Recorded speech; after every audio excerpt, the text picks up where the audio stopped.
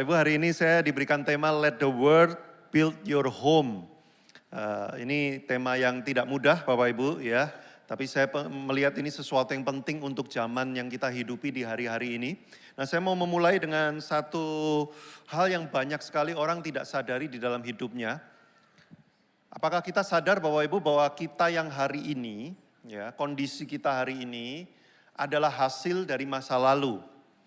Ya, kita sekarang ini, cara mikir kita, cara perilaku kita, cara kita bereaksi terhadap sesuatu, cara kita meresponi kalau ada terjadi sesuatu, itu semua hasil akumulasi dari semua perjalanan di masa lalu.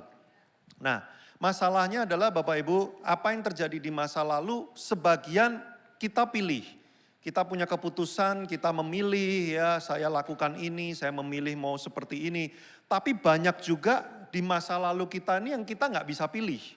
Lahir di keluarga mana, apa yang orang tua kita lakukan kepada kita, itu banyak juga yang kita tidak bisa memilih, tapi itu semua bercampur membentuk kita yang sekarang. Saya waktu pulang kampung ya, kalau saya diceritain sama mama saya nggak ngerti lah, saya baru ngertinya setelah diceritain. Ternyata saya itu setelah lahir sekitar 3 atau 4 hari, saya udah ditinggal mama saya kerja. Lalu saya dititipin, diasuh oleh ART yang usianya 13 tahun. Jadi saya mulai bertanya-tanya, kayaknya kepala gua peyang nih ada sesuatu dengan itu deh. Entah gua jatuh atau diapain gitu ya. ART 13 tahun gitu ya umurnya ya, pegang saya gitu kan.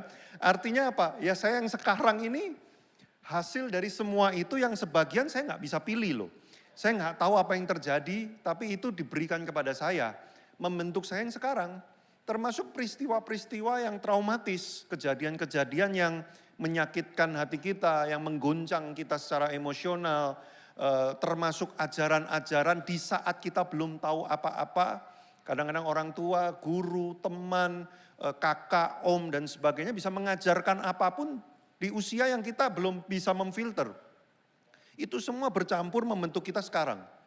Jadi kalau sekarang kita punya reaksi, kalau orang kayak gini kita reaksinya gini, kalau ada kejadian gini kita kok responnya seperti ini. Cara kita mikir, cara kita ngelihat hidup, cara kita ngelihat segala sesuatu itu adalah hasil. Tapi apa yang akan terjadi dengan hidup kita besok, itu ditentukan dari sekarang. Apa yang kita lakukan sekarang itu membentuk kita besok dan seterusnya akan jadi seperti apa. Kalau kita tidak berubah sekarang, maka masa depan kita hanya mengulang masa lalu yang sudah pernah terjadi. Maka kalau masa depan kita mau berubah, kita harus berubahnya dari sekarang. Makanya kalau orang bilang diet selalu dimulai esok hari, maka itu artinya tidak akan pernah ada diet. Karena harus dimulainya ya sekarang kan gitu ya. Perubahan dimulainya sekarang. Nah ini poin yang pertama, ini penting sekali. Hidup kita hari ini dipengaruhi apa yang ditanamkan di masa lalu. Saya menyebutnya pakai bahasanya itu program. Program apa yang diinstal di masa lalu membuat itu aktif sekarang. Apakah kita mau mengubah installnya, menguninstall dan menginstal yang baru sehingga besok dan seterusnya itu berubah atau tidak, nah itu ditentukan keputusan kita nih hari ini nih. Nah ini poin pertama ya Bapak Ibu ya. Saya belum masuk ke firman Tuhan, saya letakkan pondasi berpikirnya dulu supaya saudara tahu nanti waktu kita baca firman Alkitab, kenapa kok ayat itu ditulis? Karena situasi yang saya jelaskan sekarang ini.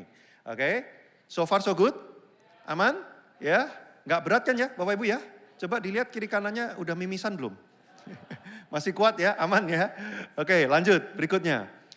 Masalahnya sebagian besar dari kita ngejalanin hidup itu autopilot.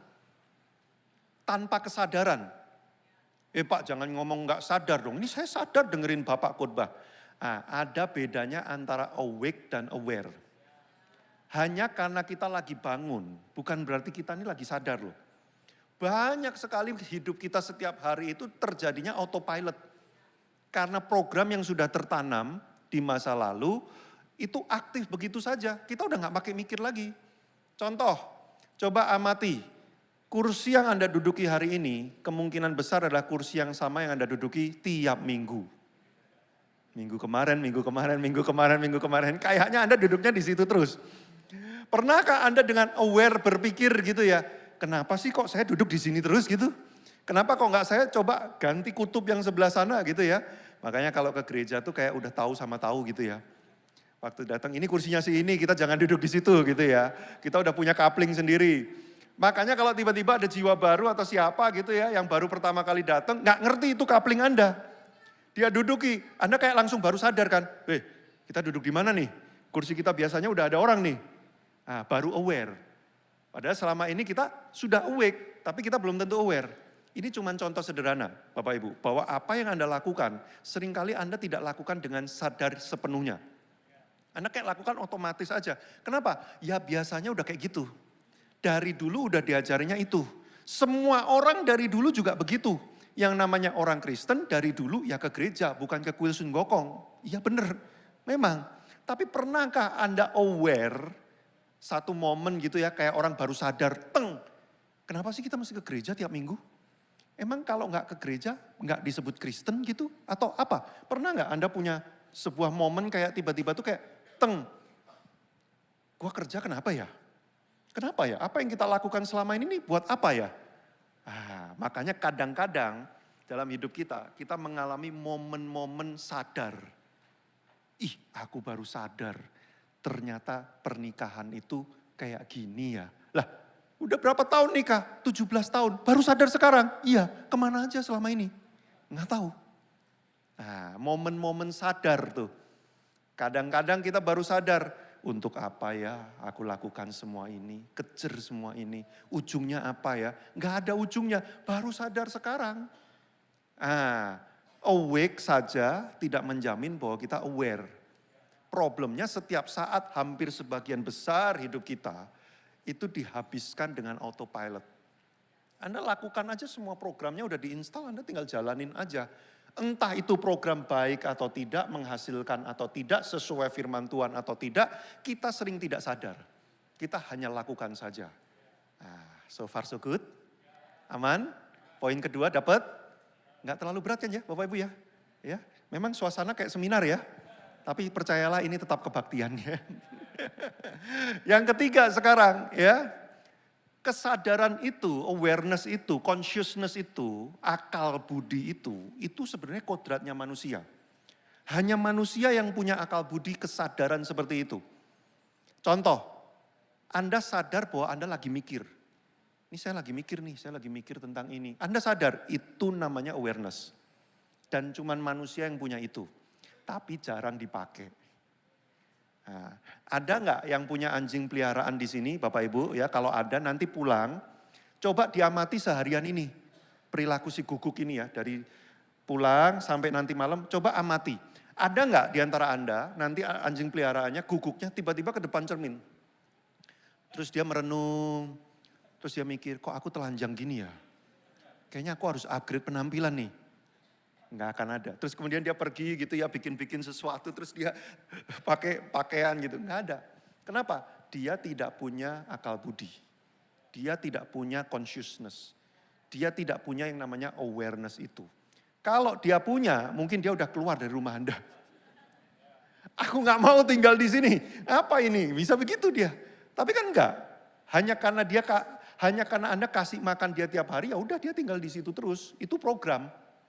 Memang anjing dari dulu diprogram siapa yang ngasih dia makan, dia akan setia kepada siapa yang ngasih dia makan. Entah yang ngasih makan mafia, yang ngasih makan preman, ya dia akan setia. Karena dia nggak punya awareness. Tapi kalau manusia kan lain. Hanya karena ada orang kasih Anda makan, belum tentu Anda setia sama orang itu, betul? Kenapa? Karena Anda mulai mikir, ngapain nih kasih saya makan? Buat apa dia kasih saya makan? Tujuannya apa? Itu consciousness. Itu kesadaran. Tapi hidup kita seringkali nggak pakai itu. Padahal itulah kodrat kita sebagai manusia. So far so good. Poin ketiga aman? Aman. Lanjut ya. Masalahnya kita seringnya bukan memilih dengan sadar, tapi cuman mengulang apa yang sudah dilakukan berkali-kali. Kita cuman ngulang autopilot aja. Masalahnya kita bukan berespon, tapi cuman bereaksi. Bedanya apa Pak? Reaksi sama respon. Kalau reaksi itu ada trigger, kita otomatis gitu ya. Kita sering nggak sadar. Kalau respon itu ada trigger, kita diam sejenak dan kita mikir, enaknya saya berespon seperti apa ya? Kita milih. Kalau reaksi nggak pakai milih. Saya waktu SMA dulu pernah lagi adu mulut, bukan ciuman, berantem. Ya, adu mulut sama teman satu kelas. Ya, saya lupa penyebabnya apa. Wah, kita tiba-tiba saya nggak sadar, tangan saya ini bisa gerak sendiri pukul dia. Der, begitu habis pukul, baru kesadarannya nongol. Gawat, kenapa gua pukul dia? Karena teman satu gengnya lagi ada di situ semua. Ada sekitar 9 orang. Lah ini kalau gua dikeroyok ya tongkrongan udah kayak gini. Lawan 9 orang, habislah saya. Baru nyadarnya setelah tangannya mukul, jebret. Nah itu namanya reaksi. Memuncak, bereaksi. Baru kesadarannya muncul, udah telat. Gitu kan? Nah, kita seringnya bukan berespon, kita seringnya bereaksi.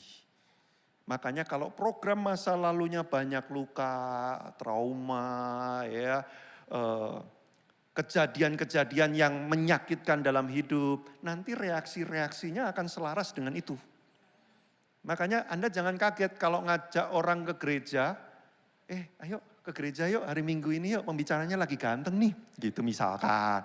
Bukan saya, kok Andi. Ya maksudnya ya. Nih ayo ke gereja. Dia bisa gini, ngapain kamu ngajak-ngajak aku ke gereja? Kamu mau mengambil apa dari aku? Kok bisa gitu? Reaksinya. Nah kalau Anda ketemu model-model kayak gitu, kemungkinan memang ada program-program di masa lalu yang udah banyak banget tuh. Dia belum tentu sadar bahwa dia seperti itu loh. Belum tentu sadar loh. Itu reaksi otomatis. Dan yang model kayak gini, reaksi-reaksi kayak gini, banyak dalam hidup kita. Akumulasi dari masa lalu membentuk kita yang sekarang. Tapi puji Tuhan, kita tidak harus terus hidup seperti masa lalu. Karena kalau mulai hari ini kita belajar sadar, apa kata firman Tuhan, dan aku mau lakukan itu program dicabutin semua, diinstal firman. Jadinya ke depan ada sesuatu yang berubah. Paham sekarang konsepnya? Aman? Yes, bilang sama kiri kanannya, tepuk pundaknya, bilang gini, udah separuh. Tinggal dikit lagi ya. Nah sekarang kita masuk. Makanya ada 2 jalur Bapak Ibu ya. Kalau ada sebuah situasi atau trigger terjadi dalam hidup kita, ada 2 jalur.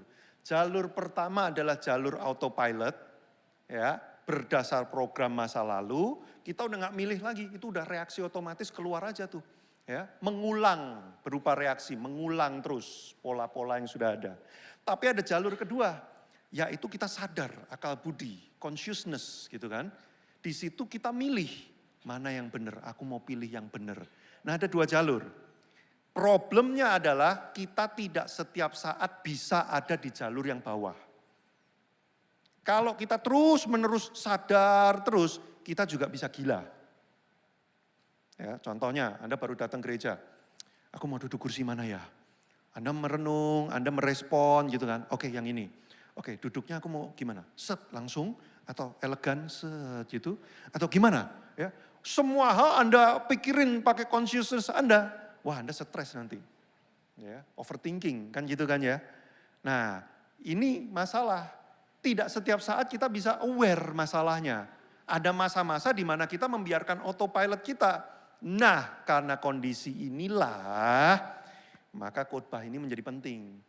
Let the word build your home and build your life. Caranya bagaimana? Mari kita lihat. Nah ini kita masuk firman Tuhannya nih sekarang ya. Dari tadi saya belum khotbah loh. Ini baru mulai khotbah loh ya.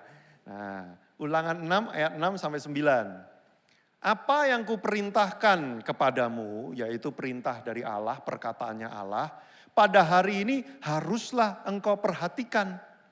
Bahkan dikatakan haruslah engkau mengajarkannya berulang-ulang kepada anakmu. Berulang-ulang loh.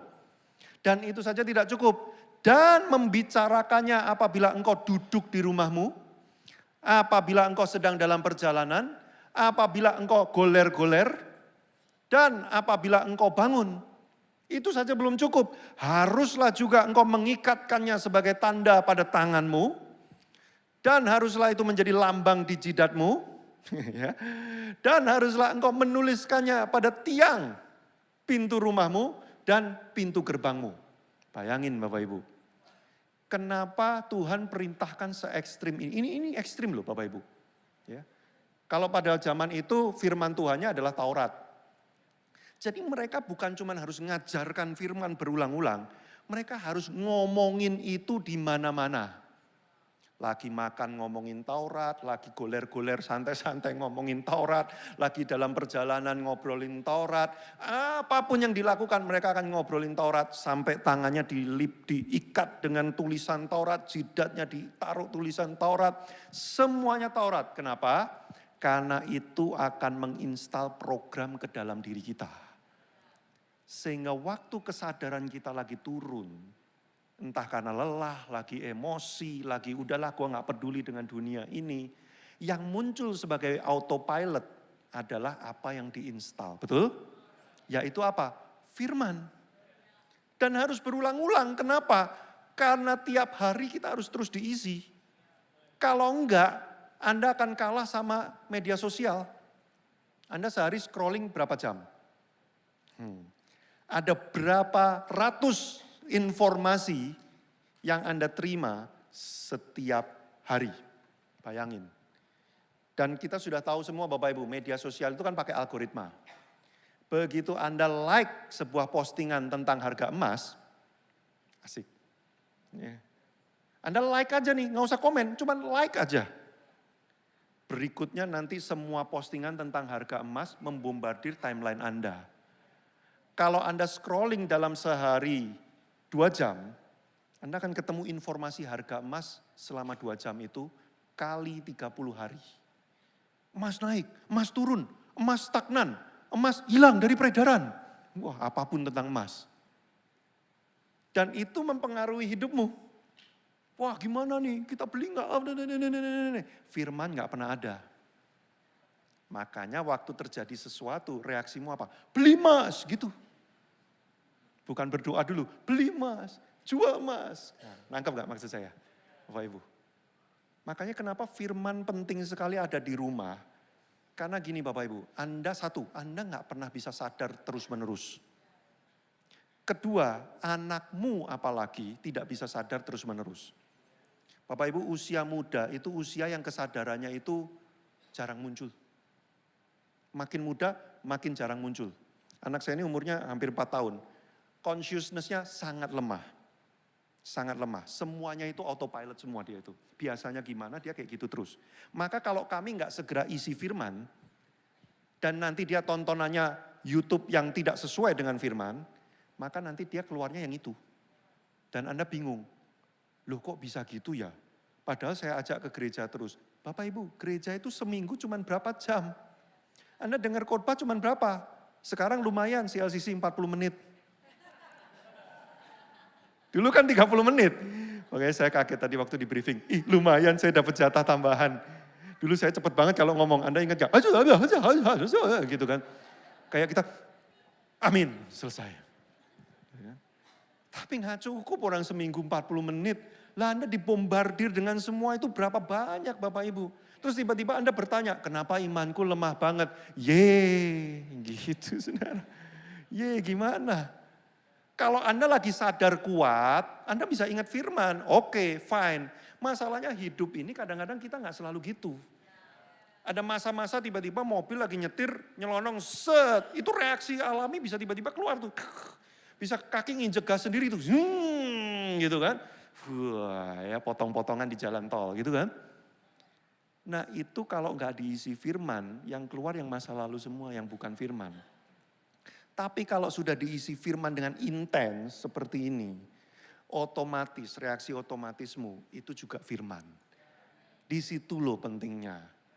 Kita membangun hidup kita dengan firman dan rumah kita diisi firman. Wih sejak saya tahu ini, ternyata begitu ya. Makanya orang Yahudi sampai hari ini Bapak Ibu, orang Yahudi. Itu mereka itu punya sistem pendidikan, terutama zaman Yesus dulu ya. SD-nya nggak kayak kita. Begitu anak udah mulai usia SD, disekolahkan, itu isinya belajar Taurat Bapak Ibu. Ini zaman Yesus, Belajar Taurat. Nanti naik SMP, belajar Taurat. Nanti naik SMA, belajar Taurat. Terus semuanya Taurat. Loh, Pak mereka nggak belajar yang lain, matematika, sejarah, apa. Mereka belajar. Tapi waktu mereka belajar matematika, mereka pakai matematika untuk memahami Taurat. Kalau mereka belajar bahasa, mereka pakai bahasa untuk memahami Taurat. Kalau mereka belajar tentang fisika, mereka akan pakai fisika untuk memahami Taurat. Jadi semua akan dibalikin ke Taurat lagi. Makanya orang Yahudi di usia dewasa, ekspektasinya sudah hafal semua hukum Taurat. Nah, maksud saya bukan ngajarin anak untuk hafal ayat Alkitab, bukan. Maksud saya adalah apa? Pada zaman dulu, Taurat is the center of education. Jadi Taurat tuh benar-benar, ini core-nya nih. Setiap saat ngomongin Taurat, lagi makan ngomongin Taurat, apa ngomongin Taurat. Supaya apa? Reaksi otomatismu adalah Taurat. Itu zaman dulu. Sekarang kita adalah firman Allah yang sudah utuh, bukan hanya Taurat. Sudah nangkap konsepnya di sini. Makanya ini penting nih. Program dasar dari pikiranmu akan berperan pada saat kesadaranmu lelah atau lemah.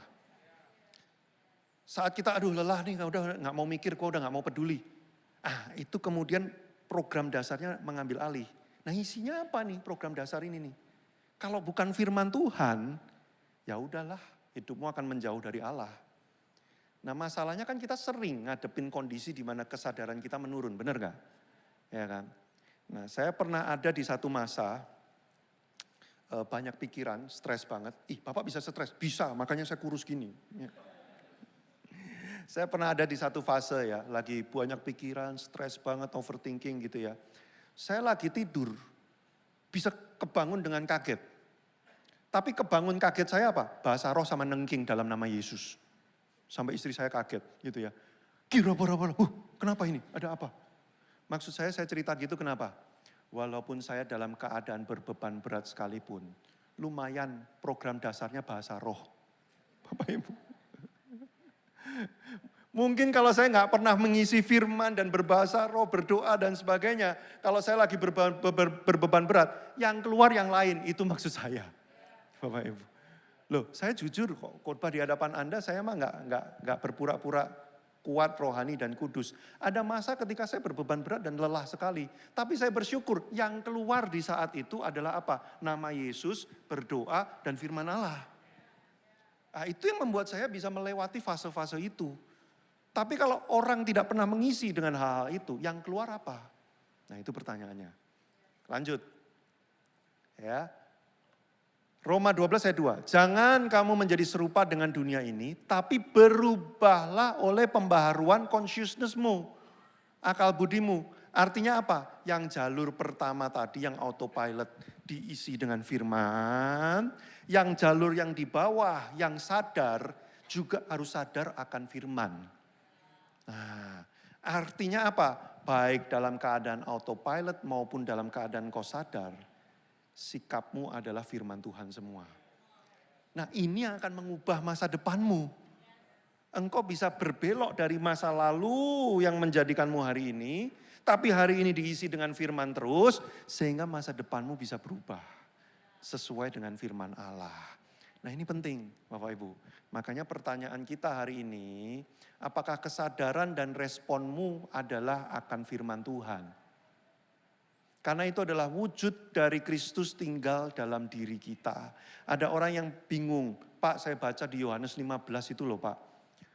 Kristus di dalam saya di dalam Kristus. Itu maksudnya gimana ya Pak ya? Kan Kristus kan gak kelihatan ya. Dia di dalam saya, oke saya paham. Saya di dalam Kristus, gimana caranya? Nah, makanya ayatnya nanti kalau dibaca ada lanjutannya. Dan firmanku tinggal di dalam kamu, kamu di dalam firman. Berarti apa? Nah ini, setiap saat kita mengingat firman, merenungkan firman, melakukan, sehingga firman itu kemudian yang tinggal dalam diri kita dan mengubah hidup kita. Bapak Ibu gini, engkau tidak akan bisa mengubah dirimu sendiri. Sulit sekali mengubah diri sendiri. Makanya kalau yang sudah nikah, berhentilah mencoba mengubah pasanganmu. Kamu pasti akan lelah, frustrasi. Boro-boro bisa mengubah pasanganmu, mengubah dirimu aja susah. Betul enggak? Ya. Nanti waktu kamu mau mengubah pasanganmu, kamu jangan gitu dong kalau ngomong. Pasanganmu akan bilang, ya lu juga jangan gitu. Repot kan? Ya makanya aku susah berubah karena kamu nggak berubah. Dia akan jawab juga, makanya aku juga susah berubah karena kamu nggak mau berubah. Nggak ada selesainya. Makanya ikut acara Sacred Connection. Asik. Nah, nanti di situ akan belajar. Bukan gitu caranya Bapak Ibu. Caranya bagaimana? Firmannya mesti tinggal dulu dong. Terus kita mesti tinggal dalam firman dong. Makanya suatu kali saya ngobrol dengan pemimpin saya. Lalu kemudian dia tanya, Iwan, kamu seberapa sering diskusi firman sama pasanganmu? Oh, lumayan lah Kak. Ya kalau aku habis dengar khotbah hari Minggu gitu ya kadang aku bahas.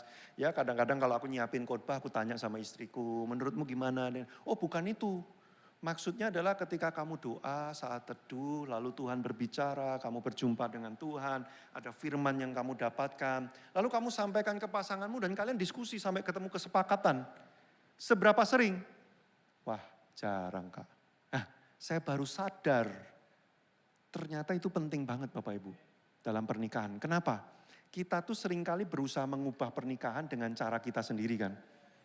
Lalu kemudian ikut seminar ada tips and trick. Gitu kan ya, ubah nada bicara, ya, wajah, ayo senyum, senyum gitu kan. Bukan itu nggak penting, itu semua penting. Tapi Bapak Ibu, semua tips and trick di dunia ini punya batasan. Kenapa?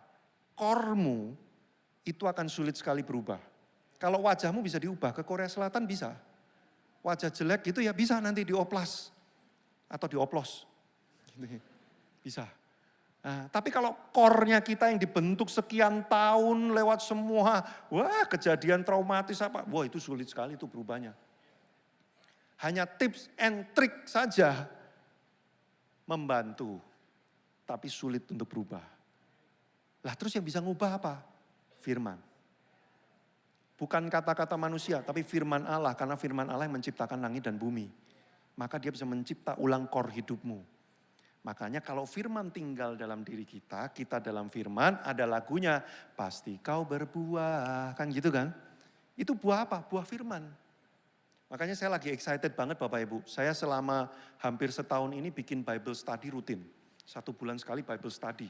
Nah beberapa dari peserta Bible study itu mulai kesaksian. Kemarin saya dengar cerita, wih saya juga kaget. Dia cerita, kok puji Tuhan. Setelah mulai mendalami firman, merenungkan setiap hari, terus kami mulai belajar praktekin. Hubungan dia dengan pasangannya jadi lebih baik, hubungan dengan mertuanya jadi lebih baik, sampai mertuanya kaget. Kamu sekarang beda loh. Kamu ngapain? Oh iya aku sekarang belajar ini, aku ke gereja, aku dengerin firman. Lalu mertuanya bilang gini, aku mau ikut. Padahal tadinya berantem sama mertuanya terus, sekarang mertuanya mau ikut Bapak Ibu. Terus anaknya mengalami perubahan. Wih saya aja sampai kaget juga. Wih hebat juga ya. Yang mengubah apa? Firman. Bapak Ibu. Makanya kalau Anda lihat pohon itu berbuah gak ada yang ngeden. Anda pernah lihat pohon ngeden geter gitu. Terus buahnya keluar pelan-pelan. Akhirnya berbuah. Gak ada. Berbuah ya berbuah aja. Waktunya berbuah keluar aja. Kalau nutrisinya sudah ada di dalam terus menerus cukup, waktunya berbuah ya berbuah. Kalau firman terus berulang-ulang waktu makan, waktu jalan, waktu tidur, ngobrolin firman, dilakukan berulang-ulang, waktu sudah genap, sudah cukup, buahnya keluar. Kita berubah dengan sendirinya. Anda bahkan akan kaget, wah aku dulu gak kayak gini loh. Aku gak mungkin loh bisa kayak gini sekarang. Kok aku bisa? Itu bukan Anda. Itu firman. Nah tapi orang Kristen males dengan firman. Ya, cuman seminggu 40 menit. Makanya berubahnya lama banget. Seminggu cuman 40 menit. Setahun cuman berapa? Nah makanya Bapak Ibu yuk pulang dari sini komit tuh. Kita lebih mau cari firman lebih sungguh-sungguh yuk. Jangan andalkan khotbah minggu. Pengkhotbah seganteng saya jarang. Asik, bercanda Bapak Ibu. Maksudnya khotbah minggu cuma seminggu sekali. Jangan, Bapak Ibu mulai sekarang baca firman. Nggak ngerti, nggak apa-apa, baca dulu aja. Kadang-kadang pengertian itu datangnya dari mana? Sebuah pengalaman Roh Kudus berbicara. Ini loh maksudnya firman yang kamu baca, Anda baru oh gitu. Tapi kalau nggak ada yang dibaca, Roh Kudus mau ngomong apa? Ini loh Roma 12 ayat 2, apa itu Roh Kudus? Roma 12 ayat 2. Gitu. Nah, Bapak Ibu, Anda isi dulu yang banyak, nanti Roh Kudus yang akan menjelaskan lebih lanjut. Amin, Bapak Ibu. Yes, terakhir ya, pemain keyboard dimanapun Anda berada, tunjukkan pesonamu. Ya, Matius 7 ayat 24 sampai 25. Setiap orang yang mendengar perkataanku, perkataan Yesus, firmanku, dan melakukannya, jangan cuma dengar, melakukannya. Ya, kalau cuma mendengar, banyak orang tiap hari Minggu mendengar firman. Tapi melakukan itu penting. Makanya mendengar dan melakukannya, ia sama dengan orang yang bijaksana. Emang orang yang bijaksana itu kenapa? Mendirikan rumah di atas batu. Loh, apa akibatnya? Ketika turun hujan, datang banjir, angin melanda rumah itu. Tetapi kita baca bersama-sama, 2, 3. Rumah itu tidak rubuh sebab didirikan di atas batu. Batunya apa? Firman Tuhan, Kristus. Bapak Ibu, hidup hari-hari ini tidak akan bertambah baik, tanda kutip. Dunia ini semakin jahat. Hujan, badai, banjir semakin banyak. Ini saya bukan ngomong hujan beneran. Tapi keadaan yang semakin sulit menerpa, menerjang, mengguncang kita, itu makin banyak. Saya tanya, percaya sama orang hari ini dibanding 20 tahun yang lalu lebih gampang mana? Lebih gampang dulu apa sekarang percaya sama orang?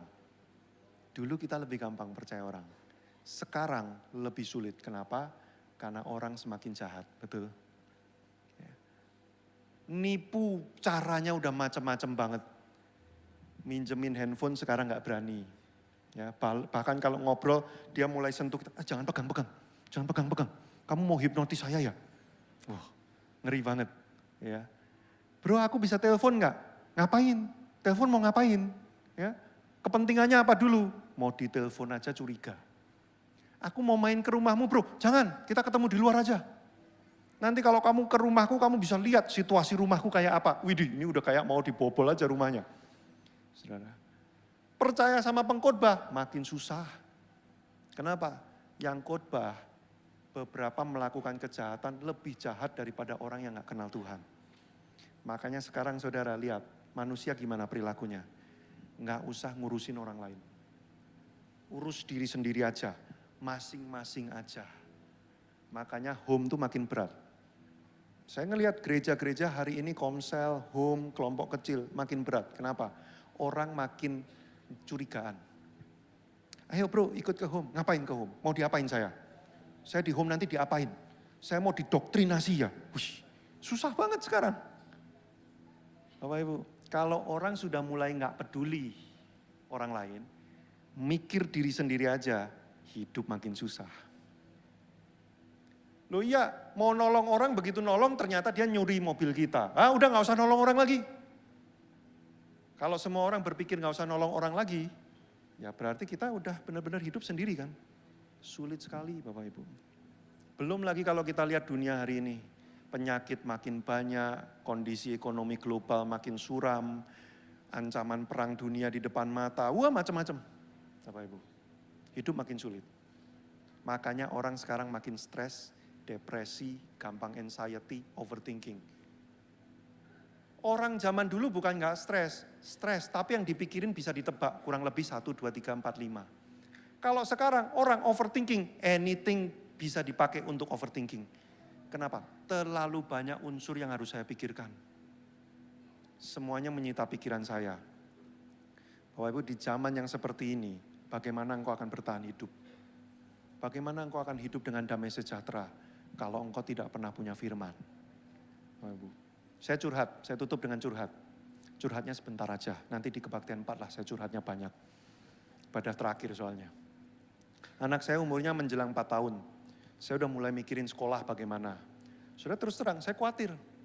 Bacain berita pembulian di mana-mana, LGBT, pedofil mulai banyak banget. Bahkan ada guru sekolah pedofil sama siswanya. Itu banyak Bapak Ibu berita-berita. Bahkan di sekolah yang kami kenal di lingkungan gereja kami. Itu gurunya pedofil sama anaknya. Mengerikan Bapak Ibu. Saya sampai mikir gimana ini anak saya ya. Tapi Bapak Ibu, saya sempat berpikir gini, saking khawatirnya. Udah kami homeschool aja, saya jauhkan dia dari kemungkinan-kemungkinan ini. Tapi kemudian saya juga mikir, sampai kapan saya bisa jaga anak saya? Cepat atau lambat dia pasti bertemu dengan dunia yang jahat ini. Saya nggak bisa kurung di rumah terus nggak boleh ketemu temannya, nggak bisa. Suatu saat dia akan tahu ada namanya Roblox. Dan di Roblox itu semua bisa terjadi. Saya nggak bisa cegah itu. Suatu saat dia akan menjumpai kenyataan. Manusia ada yang jahat, banyak yang jahat. Manusia nggak bisa dipercaya. Pertemanan ada musimnya. Orang Kristen bisa nipu kamu. Pendeta bisa bohongin kamu. Suatu saat dia akan berjumpa dengan semua realita ini. Saya gimana cara jaga dia? Mau sebanyak apa uang saya dan sepinter apa saya nggak bisa melindungi dia. Maka itu membuat saya berpikir sekarang. Saya ngomong sama istri saya, kami diskusi. Kita akan homeschool minimal untuk saat ini sampai TK dulu. Tapi selama itu kami akan ajarin dia firman. Kalau dia belajar matematika, nanti kami akan pakai matematika itu untuk memahami firman. Mirip kayak orang Yahudi. Semuanya firman. Kenapa? Dia belum punya kesadaran. Tapi saya mau tanam program firman dulu. Supaya nanti ketika dia dewasa berjumpa dengan dunia yang susah ini. Dan saya sudah nggak ada. Uang saya tidak cukup untuk bukain jalan buat dia. Kenalan koneksi saya tidak cukup untuk membela hidup dia. Dia punya firman yang akan membela dan membuka hidup buat dia.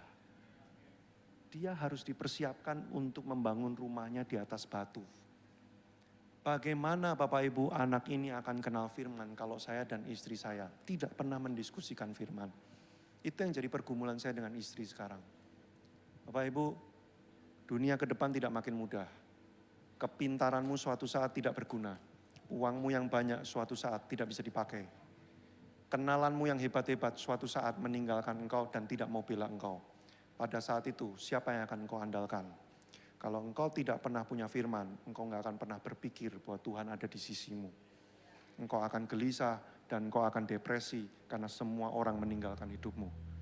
Tapi waktu engkau menanam hidupmu dengan firman, ada masa-masa yang begitu sulit, semua orang meninggalkan, lalu Roh Kudus munculkan.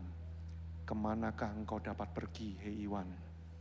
Sekalipun kau terbang dengan sayap fajar, tinggal di ujung laut, tidur di dunia orang mati, aku akan tetap ada di sana, menyertai engkau.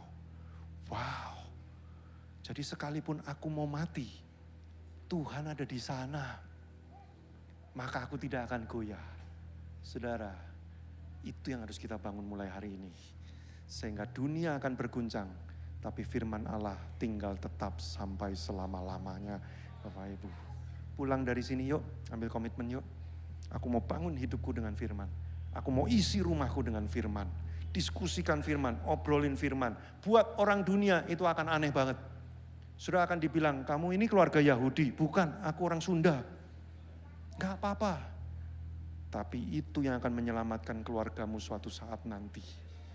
Yuk kita berdoa, kita datang di hadapan Tuhan. Kita nyanyi lagu yang tadi, Yesus yang kuandalkan. Sudah ambil komitmen dalam hidupmu. Yesus hanya Kau yang kuandalkan, melebihi siapapun juga. Oh. Yesus hanya Kau yang ku percaya. Di setiap waktu, tiada lain yang ku andalkan selain Kau. Sekali lagi, mari ambil komitmen mulai hari ini. Yesus hanya Kau yang Oh ya Tuhan, melebihi siapapun juga. Yesus hanya Kau yang ku percaya. di setiap waktu, tiada lain yang ku andalkan selain Kau. Sekali lagi Yesus, Yesus hanya Kau yang ku andalkan, melebihi siapapun juga.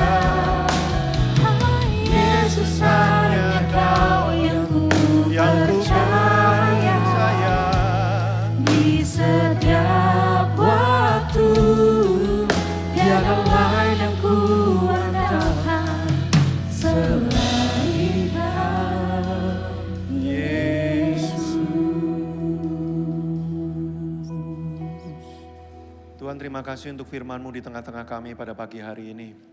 Sadarkan kami, bangunkan kami, beri kami Tuhan kasih karunia untuk mengerti bahwa firman-Mu bukan opsional. Itu kebutuhan yang harus kami miliki dalam hidup kami Tuhan. Tuhan, mulai hari ini biarlah kami berkomitmen untuk kami mulai mengisi hidup kami, mengisi rumah kami, mengisi keluarga kami dengan firman. Dimulai dari diri kami. Entah kami orang tua, entah kami suami, istri, anak, siapapun kami, sekalipun kami masih single, kami juga akan mengisi hidup kami dan rumah kami dengan firman. Tolong kami Tuhan, beri kami kehausan mulai hari ini. Taruh hati yang lapar dan haus untuk merindukan firman Tuhan lebih lagi. Mengerti lebih dalam lagi. Saat kami baca firman-Mu, Roh Kudus, hadirat-Mu ada di tempat itu. Engkau menerangkan kepada kami lewat peristiwa-peristiwa yang kami alami. Tuntun kami kepada seluruh kebenaran Tuhan. Terima kasih. Biarlah firman yang kami dengar hari ini dimateraikan oleh kuasa Roh-Mu, menghasilkan buah-buah firman yang berlipat-lipat, mengubah kehidupan kami semakin serupa dengan Engkau. Terima kasih Tuhan. Kami berdoa, kami mengucap syukur dalam nama Tuhan Yesus. Haleluya. Sama-sama kita katakan amin.